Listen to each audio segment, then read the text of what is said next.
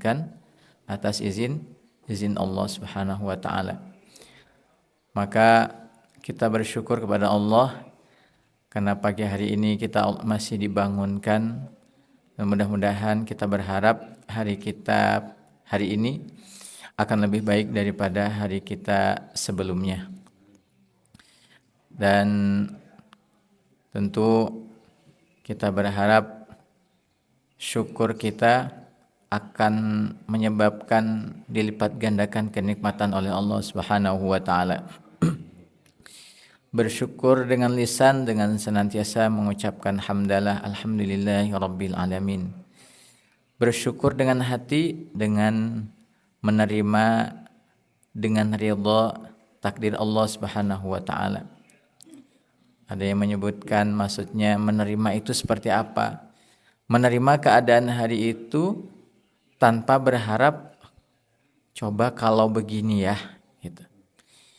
Jadi harapan apa yang sudah Allah tetapkan hari itu kita terima, itulah yang disebut dengan ridho. Besok bagaimana? Besok kita berharap mudah-mudahan besok akan lebih baik. Karena apa? Masih ada upaya. Yang sudah terjadi kita terima. Yang belum terjadi kita usahakan. Karena kemarin yang disampaikan oleh Ustadz kemarin, wilayah kita hanya berikhtiar. Yang sudah terjadi kita terima qadarullah.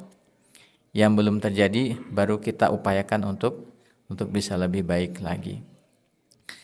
Bersyukur dengan perbuatan dengan menggunakan nikmat-nikmat Allah Subhanahu wa taala untuk melakukan ketaatan kepada Allah Subhanahu wa taala. Berarti bersyukur dengan nikmat fisik, kita gunakan fisik kita untuk melakukan ketaatan kepada Allah Subhanahu wa taala. Bersyukur dengan harta, dengan kita gunakan harta kita di jalan Allah Subhanahu wa taala. Karena kita tahu dalam hadis yang sering disampaikan tidak akan bergeser kaki kita nanti di hari kiamat kecuali ditanya. Di antara yang ditanya adalah hartamu dari mana kamu dapatkan dan untuk apa kamu gunakan. Maka kita harus pastikan setiap harta-harta yang kita keluarkan adalah keluarnya infak di jalan Allah Subhanahu wa taala. Kita pastikan harta yang kita keluarkan tidak dalam rangka bermaksiat kepada Allah Subhanahu wa taala. Karena itu nanti akan ditanya pertanggungjawaban di hadapan Allah Subhanahu wa taala. Alhamdulillah Bapak Ibu, dengan izin Allah, insyaallah kita hari ini akan melanjutkan belajar kita. Kita belajar dengan mempelajari ayat-ayat Allah Subhanahu wa taala yang diawali dengan ya ayyuhalladzina amanu. Karena dengan cara itu kalau tafsir maudhu itu ternyata banyak. Ada yang temanya permisalan. Makanya di Quran banyak masalul ladzina yunfiquna amwalahum fi sabilillah wa masalul ladzina yunfiquna amwalahum ibtigha'a mardatillah. Ternyata setelah saya cari-cari, ternyata ada juga buku tafsir yang khusus membahas ayat-ayat yang seperti ini. Tafsir khusus ayat-ayat tentang sosial. Bicaranya tentang ayat-ayat yang dibahas tentang ayat-ayat yang tentang sosial semua. Maka ayat yang sedang kita pelajari adalah yang berkaitan dengan ya ayyuhalladzina amanu. Ternyata dari sekian ayat membahas ya ayyuhalladzina amanu saja sudah sangat panjang. Dan ternyata banyak perintah-perintah Allah yang sebenarnya boleh jadi sudah kita lakukan. Tapi kita tidak menyadari bahwa ternyata yang kita lakukan itu adalah perintah Allah. Terkadang kita berpikir ya ini bagian dari kehidupan saja gitu ya. Tapi ternyata banyak sekedar makan saja, memilih yang baik, ternyata itu perintah agama. Kalau makan halal sudah jelas, tapi perintah makan yang baik ternyata itu perintah agama. Tidak hanya sekedar kata ahli kesehatan yang baik makan begini begitu dan sebagainya. Ternyata itu merupakan perintah Allah Subhanahu wa taala. Hari ini kita akan sampai kepada seruan yang ke-18.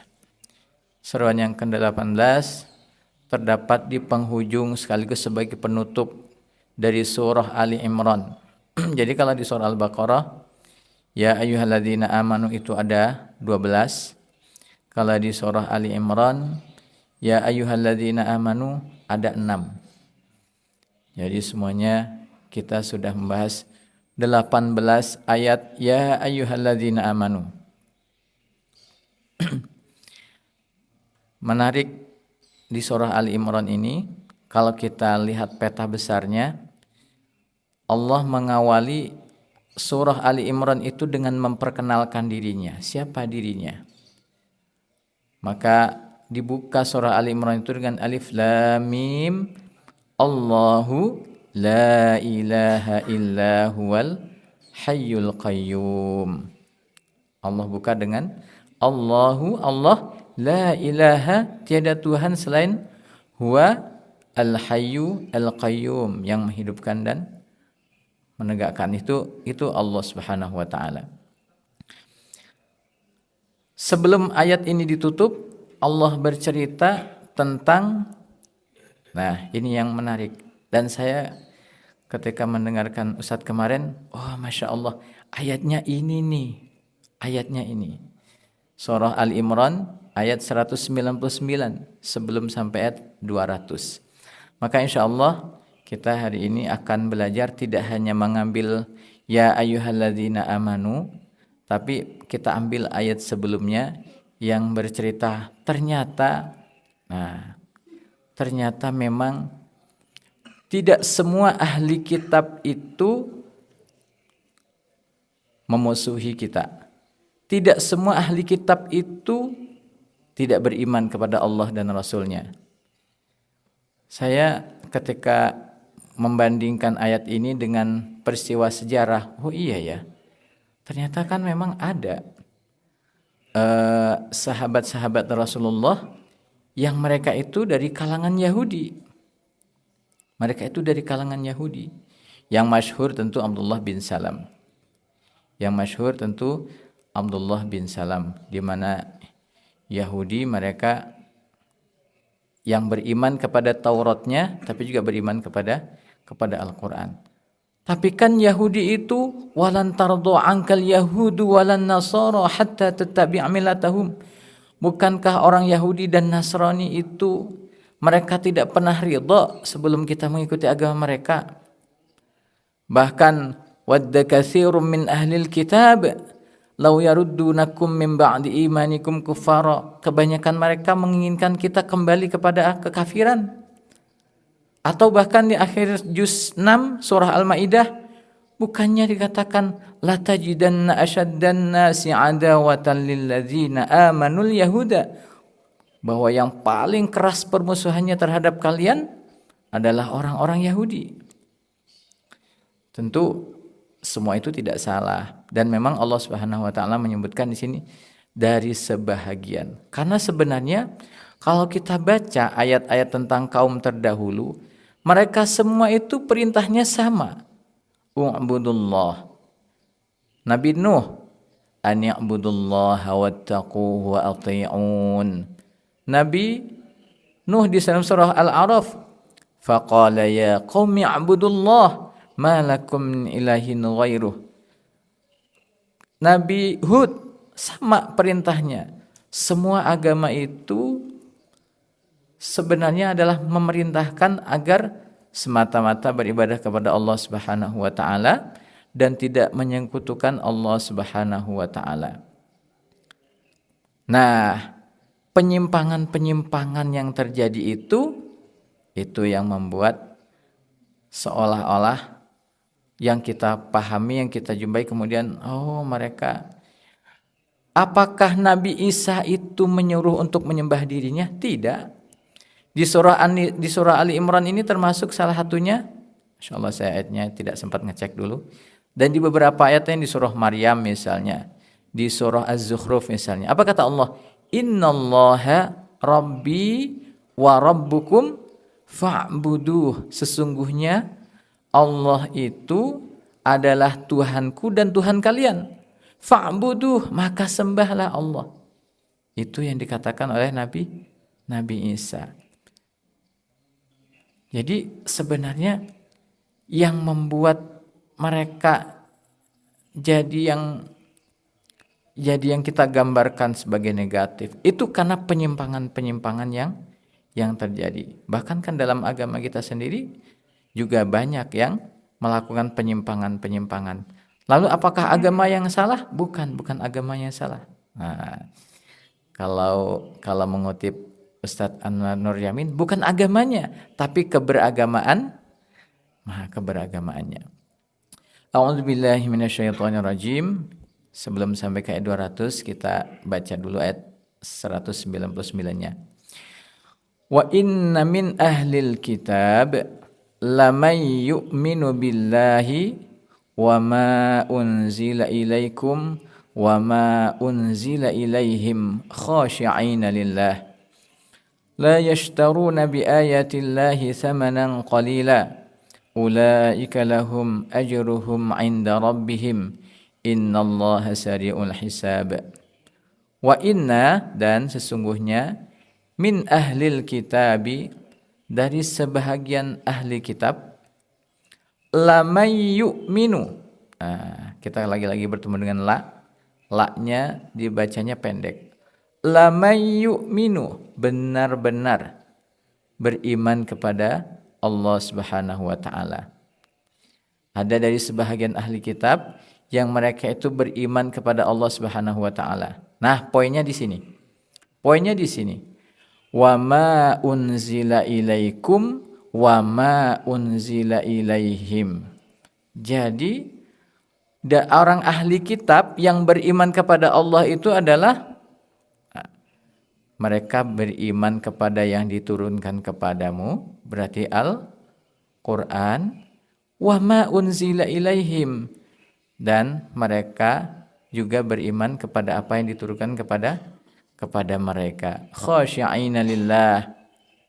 Sebahagian menerjemahkan mereka beriman kepada Allah dengan penuh kerendahan hati. La yashtaruna bi ayatillahi samanan qalila. Mereka tidak memperjualkan ayat-ayat Allah dengan harga yang sedikit.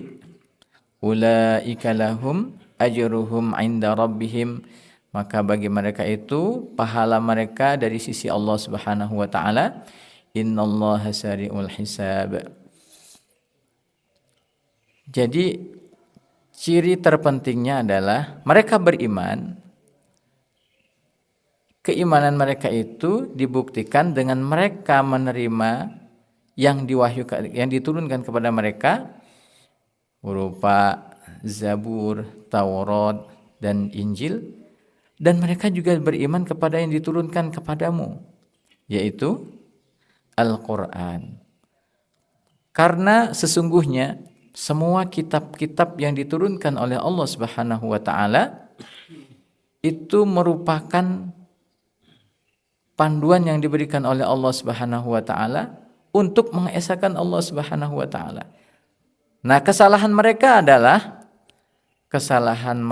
kemudian karena mereka hanya beriman kepada mereka, kitab yang diturunkan kepada mereka, dan itu pun sebahagian mereka ingkari. Bukti pengingkarannya apa?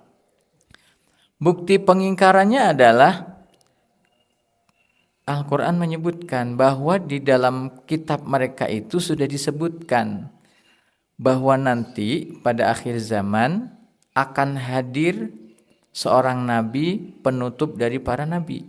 Mereka sudah tahu itu. Tapi mereka mengingkari itu. Apakah mereka dari awal mengingkari itu? Tidak. Mereka sebenarnya pengingkaran mereka di awal karena mereka tidak terima, karena ternyata nabi akhir zaman adalah orang Arab, bukan dari mereka. Awalnya mereka beriman dengan kitab mereka sendiri yang yang menyebutkan bahwa akan ada nabi di akhir zaman. Bukti keimanan mereka apa? Jelas sekali kalau dalam sejarah, di mana mereka, salah satu alasan orang-orang Yahudi itu mereka ke Madinah karena mereka menunggu nabi akhir zaman. Mereka menunggu nabi terakhir itu ditunggu. Nabi terakhir itu ditunggu oleh mereka. Makanya kan di dalam surah Al-Baqarah ayat 101, walamma ja'ahum rasulun min 'indillahi musaddiqun lima ma'ahum nabadha fariqum minal ladzina utul kitab. Ketika datang rasul dari sisi Allah kepada mereka, yang nabi itu, rasul itu membenarkan apa yang ada di mereka, sebahagian mereka kemudian berbalik. Berarti kalau begitu benar dong kata orang-orang, semua agama itu benar. Pada asalnya semua agama itu benar.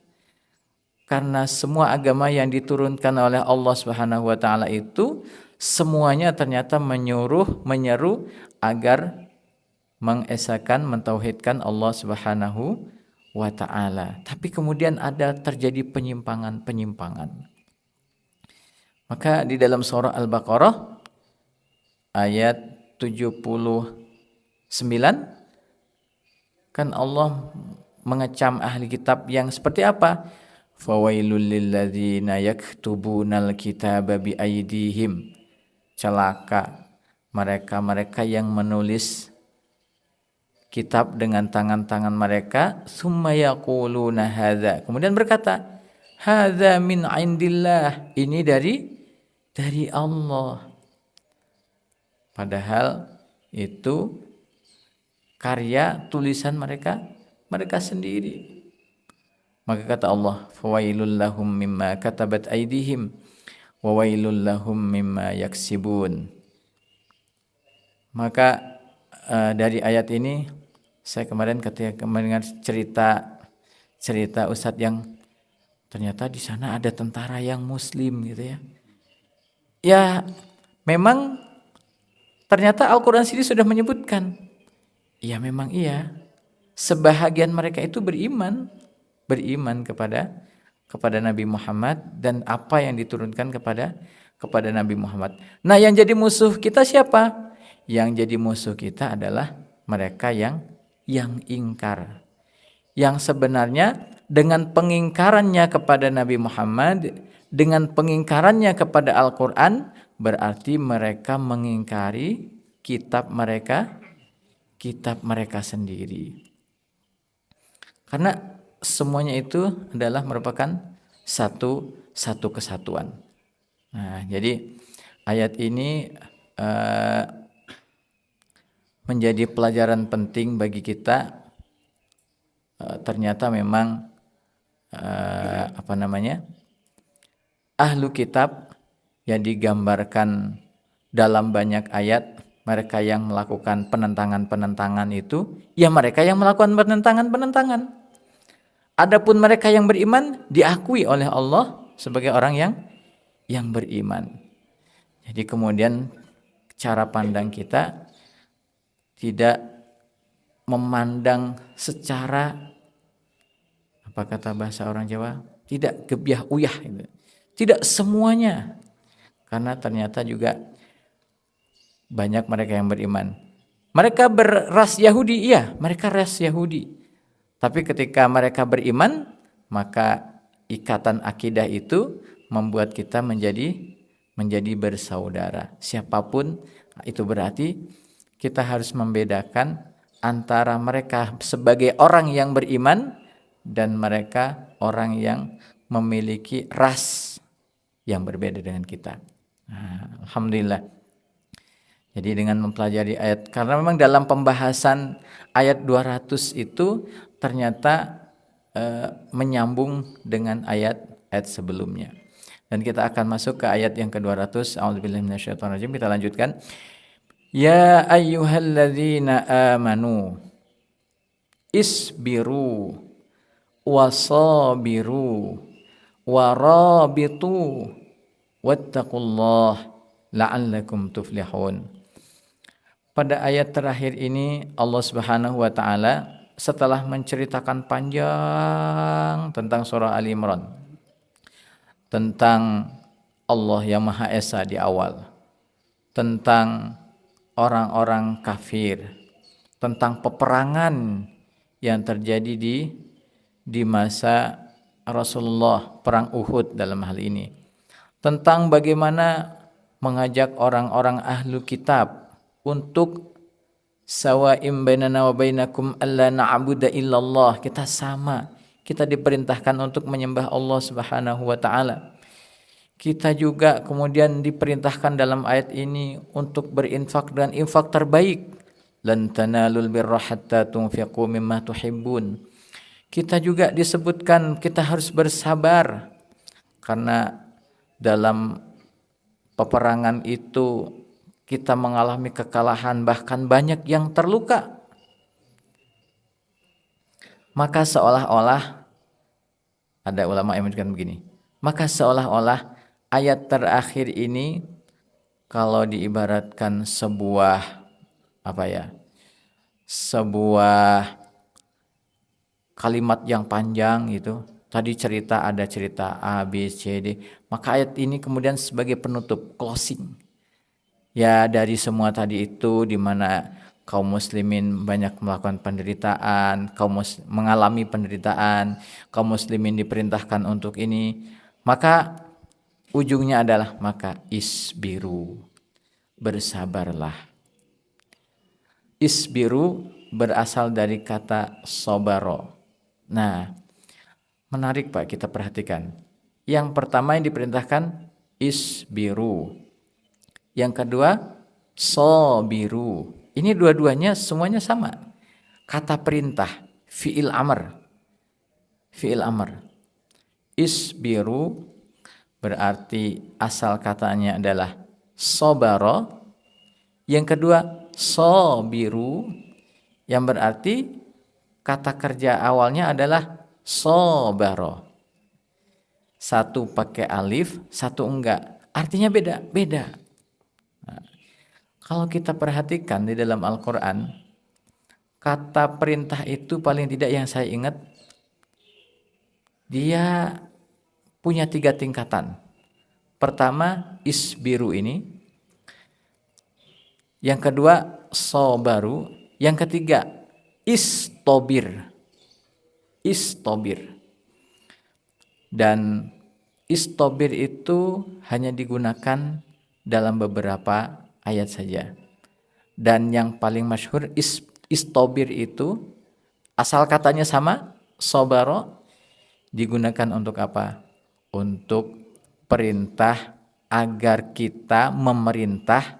Nah, perintah kepada kita agar kita memerintahkan kepada keluarga kita untuk melaksanakan sholat.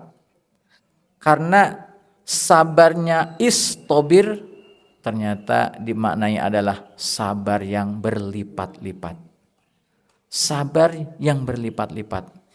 Maka tingkatan tertinggi dari kesabaran itu kalau berbahasa adalah istobaro, wastobir. Istabaro, bersabar.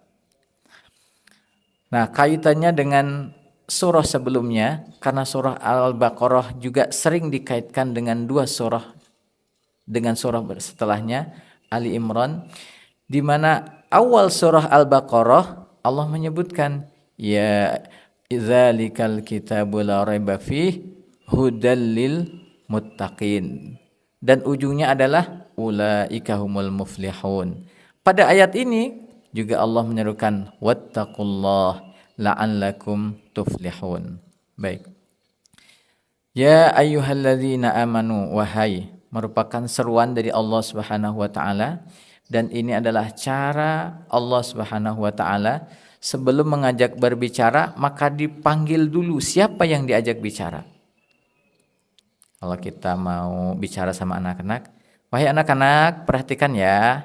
Nah, kalau kita guru di kelas, wahai anak-anak perhatikan, maka kita hari ini akan, sebelum kita menyampaikan sesuatu, maka diawali dengan seruan. Seruan itu bertujuan agar satu, mengkondisikan suasana. Yang kedua, untuk menarik perhatian bahwa ketika diseru, wahai anak-anak, wahai orang-orang yang beriman, maka akan ada yang disampaikan oleh Allah Subhanahu wa taala.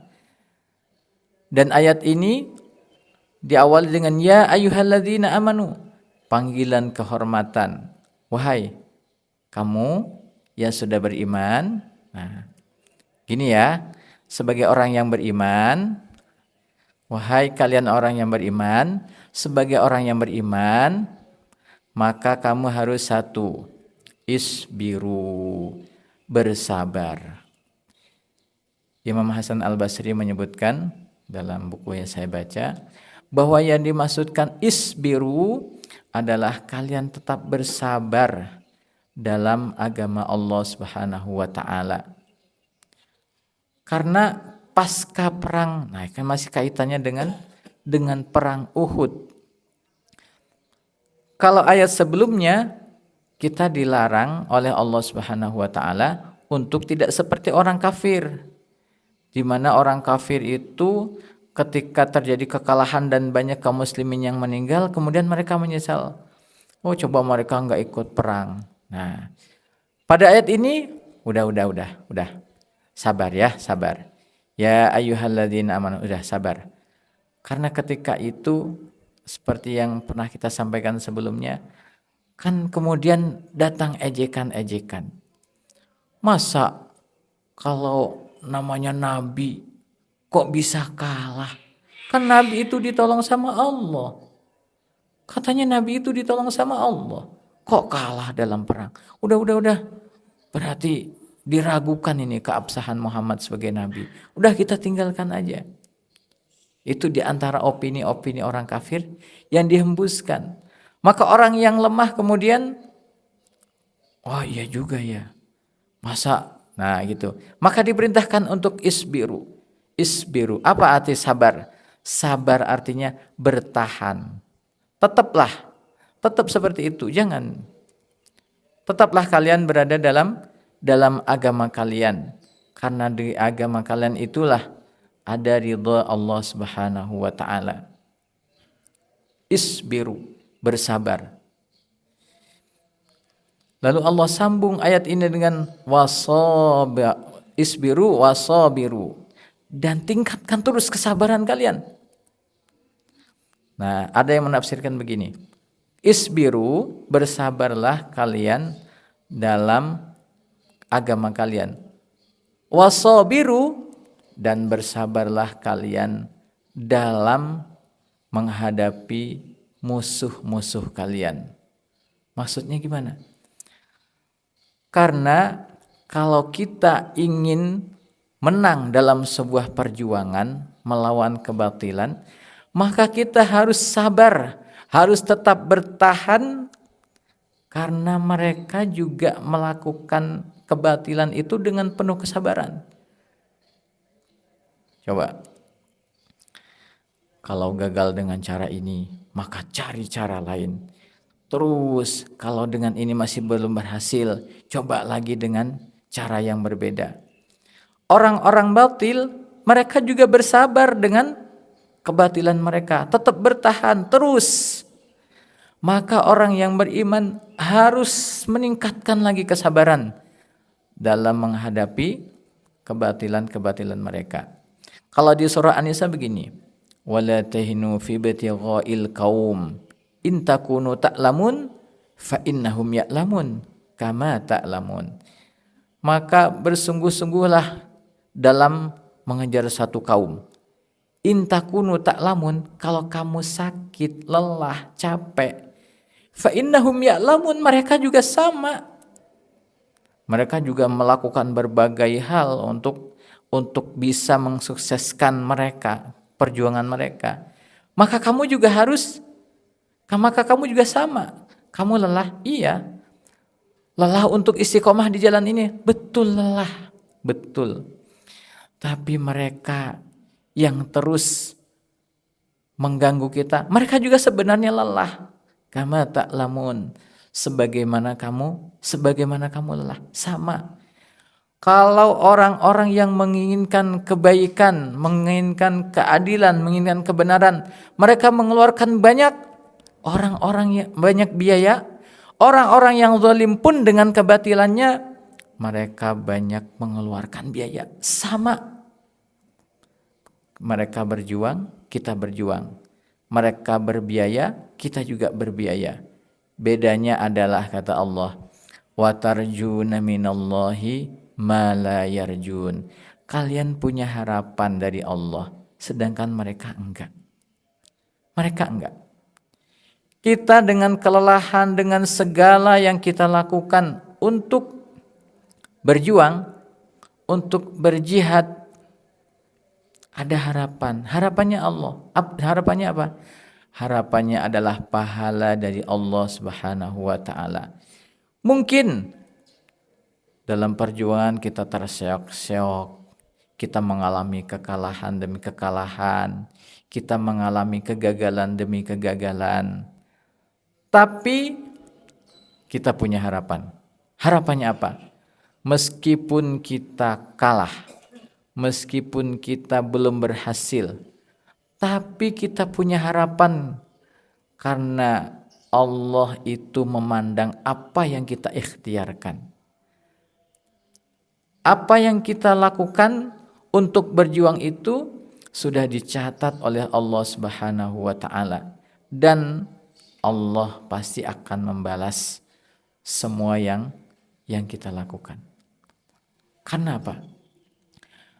Karena kalau tolak ukur kedudukan seorang itu dari apa yang dia hasilkan, maka coba kita lihat. Nabi Nuh berdakwah sekian ratus tahun, 1000 kurang 50, berarti 950 tahun berjuang. Jangankan pengikut yang banyak, bahkan keluarganya sendiri ada yang tidak beriman kepadanya. Apakah kemudian Nabi Nuh jadi dicela? Tidak. Nabi Nuh tetap mulia posisinya di sisi Allah Subhanahu wa taala. Bahkan Nabi Nuh salah satu nabi yang disebut dengan ulul azmi, Nabi Nuh. Maka kita berjuang itu, kita berjihad itu, patokannya adalah bukan besar dan kecilnya, bukan banyak dan sedikitnya hasil yang kita dapatkan. Yang paling penting adalah ikhtiar kita maksimal. Untuk tetap sabar dalam ikhtiar yang sama, untuk berikhtiar di tempat yang sama, perlu kesabaran, sabar. Sabar bukan berarti diam dan pasif, tapi sabar bertahan dalam kebenaran dan kemudian terus berupaya memperjuangkan kebenaran dan kebaikan. Isbiru. Jadi kita sendiri dalam beragama kita dianjurkan untuk bersabar, dan dalam menghadapi musuh-musuh kita yang ternyata kita sudah berjuang untuk memperbaiki, ternyata justru ada orang-orang yang melakukan sebaliknya, maka dalam keadaan seperti itu terus tingkatkan kesabaran, terus berada dalam kesabaran. Tapi juga ada yang menjelaskan begini, isbiru, kalian secara pribadi harus bersabar. Harus bersabar.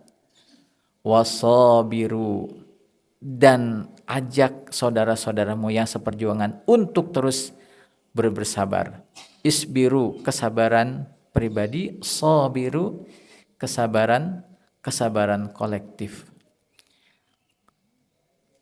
Karena banyak sekali keutamaan bersabar yang sudah Allah sebutkan di dalam Al-Quran. Bahkan sabar itu menjadi sebab nanti kita masuk ke dalam surganya Allah Subhanahu wa taala. Maka ketika orang yang beriman nanti masuk ke surga, akan disambut oleh para malaikat. Apa kata malaikat? Salamun alaikum bima sabartum fa ni'ma uqbaddar. Selamat, selamat bima sabartum atas kesabaranmu. Fa ni'ma uqbaddar, dan itu adalah sebaik-baik penghujung, itu adalah ketika kita dalam kesabaran, maka kita akan mendapatkan akhir yang baik. Dalam ayat lain yang disebutkan orang yang benar dan orang yang bertakwa itu adalah ketika was-sabirina fil ba'sa'i wad-dharra'i wa hinal ba's.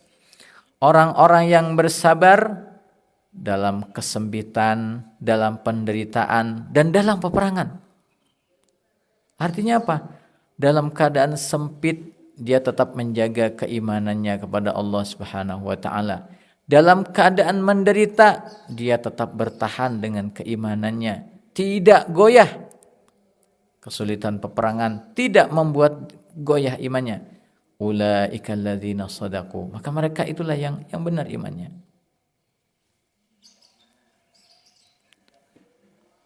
Maka kesabaran tertinggi adalah kesabaran yang dijalani oleh para salafus saleh. Maka dalam ayat lain Allah Subhanahu wa taala memberi semacam pertanyaan kepada kita. Am hasibtum an tadkhulul jannah? Apa kalian itu menyangka akan masuk surga dengan begitu saja? Walamma ya'lamillahu alladzina jahadu minkum wa ya'lamas sabirin. Sedangkan Allah itu walamma ya'lamillahu alladzina jahadu minkum, belum melihat kesabaran kalian dan kesungguhan kalian dalam berjuang. Gitu saja mau yakin mau masuk surga padahal kita belum diuji. Nabi, orang yang paling dekat dengan Allah pun diuji. Bahkan dalam hadis disebutkan ujian yang paling berat adalah ujian para nabi. Kemudian yang serupa, dan maka makin tinggi kedudukan kita di hadapan Allah Subhanahu wa taala, akan semakin berat ujiannya. Untuk apa? Untuk tadi, agar nanti kita bisa menikmati manisnya kesabaran. Isbiru wasabiru. Tetaplah bersabar. Meskipun misalnya kita dalam beragama, kita pengen menerapkan nilai-nilai dalam keagamaan, terkadang kita mendapatkan cemeehan dari saudara-saudara kita sendiri. Tutong kitu-kitu teuing atulah gitu kan. Biasa we. Tong kitu-kitu teuing. Ada ini mah. Nah, terkadang kita untuk bertahan dengan apa yang kita yakini sendiri, lingkungan kita sendiri terkadang tidak bisa.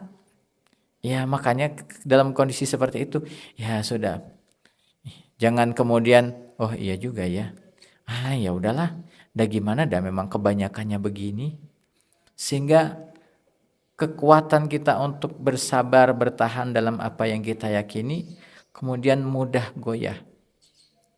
Kita yakin yang kita pegang itu adalah sesuatu yang benar, kita pertahankan dan mempertahankan dengan segenap kesabaran. Makanya sabar itu sering kita dengarkan, sering kita bahas. Sabar itu ada 3. Sabar dalam taat kepada Allah Subhanahu wa taala. Dalam taat perlu sabar, Dari dalam diri kita sendiri saja kita perlu bersabar dalam melakukan ketaatan kepada Allah Subhanahu wa taala. Pengen sholat berjamaah, tiris tealah, sabar, malas tealah, asa. Sabar, perlu kesabaran dari dalam diri kita sendiri. Belum lagi nyatulah kali-kali teu ka masjid kita nanaon atau dan tiris kieu dari sekitar kita. Perlu kesabaran. Dalam ketaatan perlu kesabaran. Dalam meninggalkan maksiat perlu kesabaran. Ini mah da yang lain juga biasa melakukan kayak begitu. Tong kitu-kitu teh lah biasa. Teu naon da. Gitu kan. Da kalau teu kitu mah atuh kumaha. Nah, gitu kan? Nah, bersabar.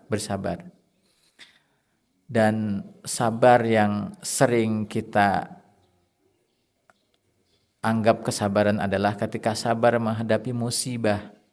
Menghadapi musibah perlu kesabaran? Iya. Menghadapi musibah memang perlu kesabaran. Tapi kesabaran tertinggi adalah kesabaran meninggalkan maksiat kepada Allah. Isbiru wasabiru warabitu, dan senantiasa bersiap siagalah. Kalau rabitu itu ribat, itu asal katanya itu mengikat. Mengikat hewan agar tetap berada dalam posisinya. Di situ robit. Nah, makanya kalau dalam metode menghafal Quran itu ada salah satu langkah untuk menghafal Quran itu adalah dengan ribat. Ribat itu apa? Nah, kita sudah menghafalkan, sudah ayatnya sudah kita hafalkan.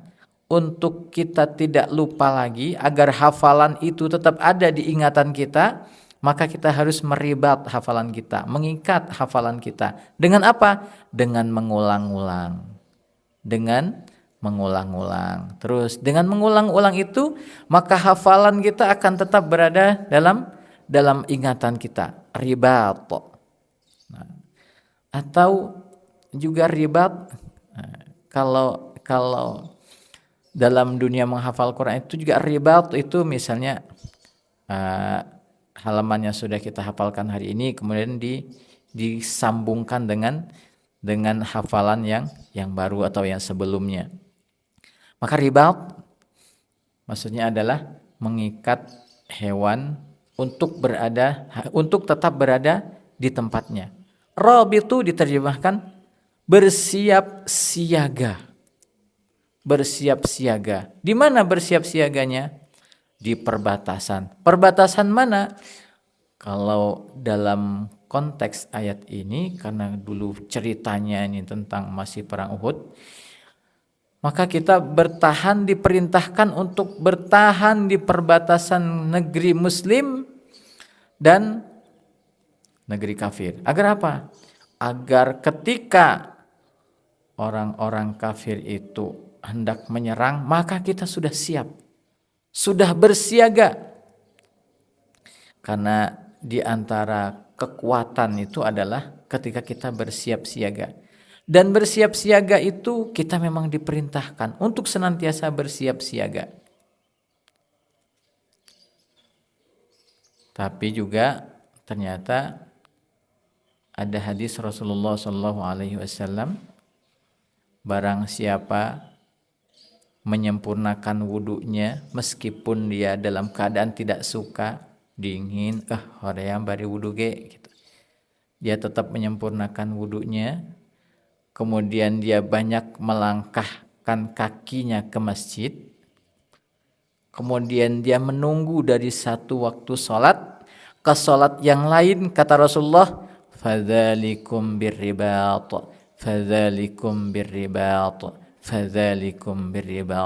maka itulah yang disebut dengan ribat. Maka itulah yang disebut ribat. Maka itulah yang disebut ribat. 3 kali Rasulullah menyebutkan.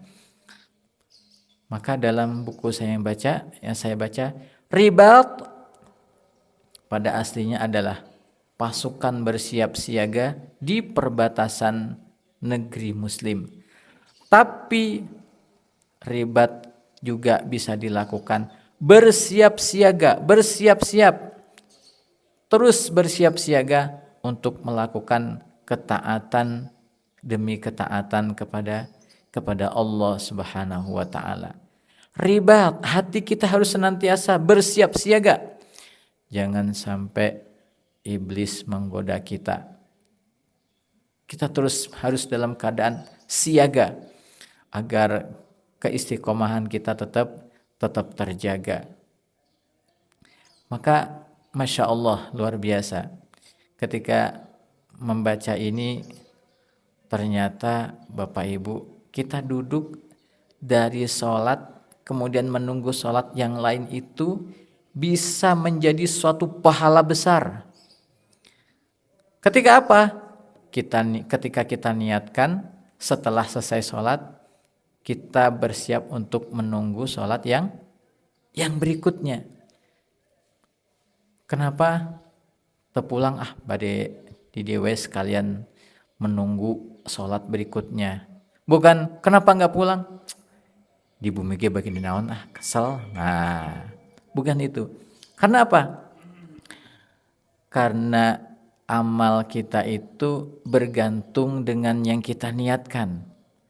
Kalau kita niat di masjid ini cuman sekedar duduk-duduk, maka kita juga cuman duduk-duduk di masjid ini. Tapi ketika kita duduk kemudian kita niatkan untuk beriktikaf, maka duduk kita mendapatkan pahala iktikaf. Sama duduk, sama. Sama di masjid, sama. Tapi yang satu mah cuman pengen duduk-duduk istirahat, yang satu mah mau beriktikaf. Emang iktikaf bisa menurut Imam Syafi'i duduk sejenak di masjid dengan niat iktikaf. Maka sebenarnya iktikaf itu banyak kita bisa lakukan. Masuk masjid, musalat zuhur, masih ada beberapa menit sebelum qomat duduk niatkan iktikaf. Selesai sholat duduk di masjid niatkan iktikaf. Begitu kata Imam Syafi'i. Duduk di masjid sesaat, maka itu adalah iktikaf. Maka niat ini menjadi sesuatu yang penting. Kita menunggu habis sholat maghrib teh ke isya teh sapameng tanggung. Makan udah di rumah. Di rumah ge bade naon. Jadi jangan di rumah ge bade naon, tapi kita niatkan di masjid sholat maghrib, kemudian kita duduk untuk menunggu sholat isya, bersiaga untuk datang untuk menyambut perintah Allah berikutnya. Wattaqullah, dan bertakwalah kepada Allah Subhanahu wa taala. Maka takwa ini adalah ajaran yang sangat mulia, sangat tinggi, bahkan kedudukan kita di hadapan Allah Subhanahu wa taala ditentukan dilihat dari nilai takwa kita kepada Allah Subhanahu wa taala. Dan takwa dalam Al-Qur'an banyak disebutkan tentang kebaikan dan keutamaan orang yang bertakwa kepada Allah Subhanahu wa taala. Dan takwa ternyata tidak hanya diperintahkan kepada orang-orang yang beriman. Bahkan Nabi pun diperintahkan oleh Allah Subhanahu wa taala untuk senantiasa bertakwa agar kita mendapatkan pertolongan dari Allah, mendapatkan diberi jalan keluar, bertakwa kepada Allah. Tetap menjaga ketaatan kita kepada Allah, tetap tidak kemudian menghalalkan segala cara karena kita takut kepada Allah Subhanahu wa taala. Maka insya Allah pertolongan Allah akan datang. Bertakwa kepada Allah Subhanahu wa taala agar Allah turunkan keberkahan kepada kita, maka takwa kita akan mengundangkan keberkahan dari Allah Subhanahu wa taala. Takwa kepada Allah Subhanahu wa taala akan dibuat urusan kita jadi mudah. Takut kepada Allah, jangan sampai kita melanggar larangan Allah, maka insya Allah Allah akan berikan kemudahan dalam setiap urusan kita. Wattaqullah. Dan banyak perintah Allah Subhanahu wa taala yang ditutup dengan ujungnya la'allakum tattaqun, la'allakum tattaqun, banyak sekali. Wattaqullah, dan takutlah dan bertakwalah kepada Allah Subhanahu wa taala, la'allakum tuflihun, maka kamu akan beruntung.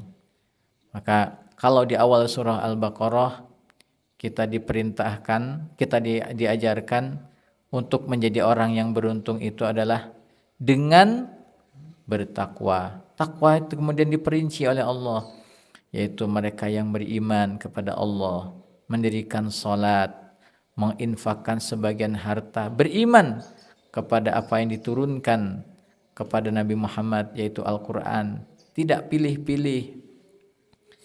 Ini cocok dengan saya, oh ya ini ada dalilnya nih di Quran ini begini nih. Nah, ketika tidak cocok, kemudian kita menghindari. Allah sindir dalam surah Al-Baqarah ayat 85. Afatu'minuna bi ba'dil kitab wa takfuruna bi ba'd. Apakah kalian akan beriman dengan sebahagian dan mengingkari sebahagian yang lain? Maka tidak boleh ketika kita mengimani Al-Quran, maka kita imani secara keseluruhan. Orang yang seperti itu, yang yakin akan adanya hari kiamat, ulaika humul muflihun. Kalau sudah bisa begitu, maka mereka itulah orang yang beruntung. Maka dalam ayat ini pun ada 4 kalau kamu pengen beruntung. Pertama, bersabar, dan terus tingkatkan kesabaranmu, sabar dalam beragama, sabar dalam menghadapi musuh-musuhmu, dan kemudian tetap berada dalam ketaatan kepada Allah Subhanahu wa taala, dan terus siaga dalam ketaatan, dan bertakwalah kepada Allah, maka kamu akan beruntung. Wa tubu ilallahi jami'a ayyuhal mu'minun la'allakum tuflihun, dan bertaubatlah kepada Allah wahai orang-orang yang beriman semuanya, la'allakum tuflihun.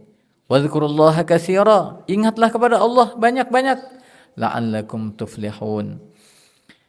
Mengingat Allah yang banyak itu akan menjadi harapan bagi kita agar kita bisa menjadi orang yang beruntung. Beruntung berarti sedikit mengerjakan tapi mendapatkan hasil yang banyak. Kalau mau beruntung yang sesungguhnya, maka bertijarahlah, bermuamalah dengan Allah, karena Allah akan melipat gandakan balasan dari setiap amal-amal hambanya.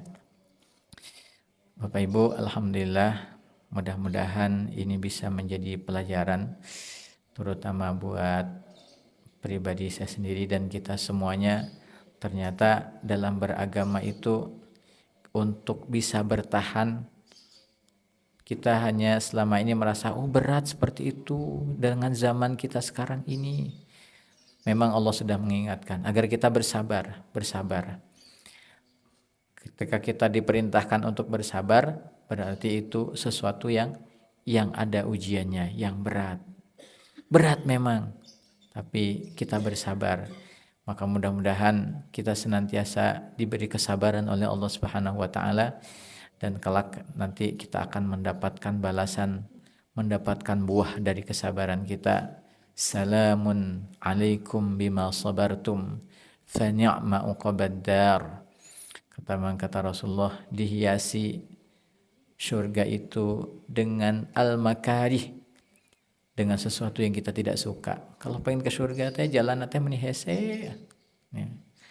Jam 4 bangun salat subuh. Makanya ada orang ketika diperlihatkan surga, oh iya saya pengen ke surga.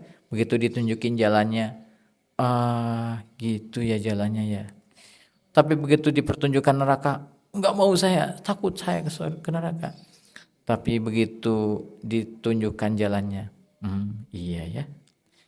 Nah, jadi pasti kita akan mendapatkan ujian-ujian dalam menjalani ketaatan kepada Allah, maka terus kita bersabar. Mudah-mudahan Allah Subhanahu wa taala memberi kekuatan dan kesabaran kepada kita. Kurang lebihnya mohon maaf.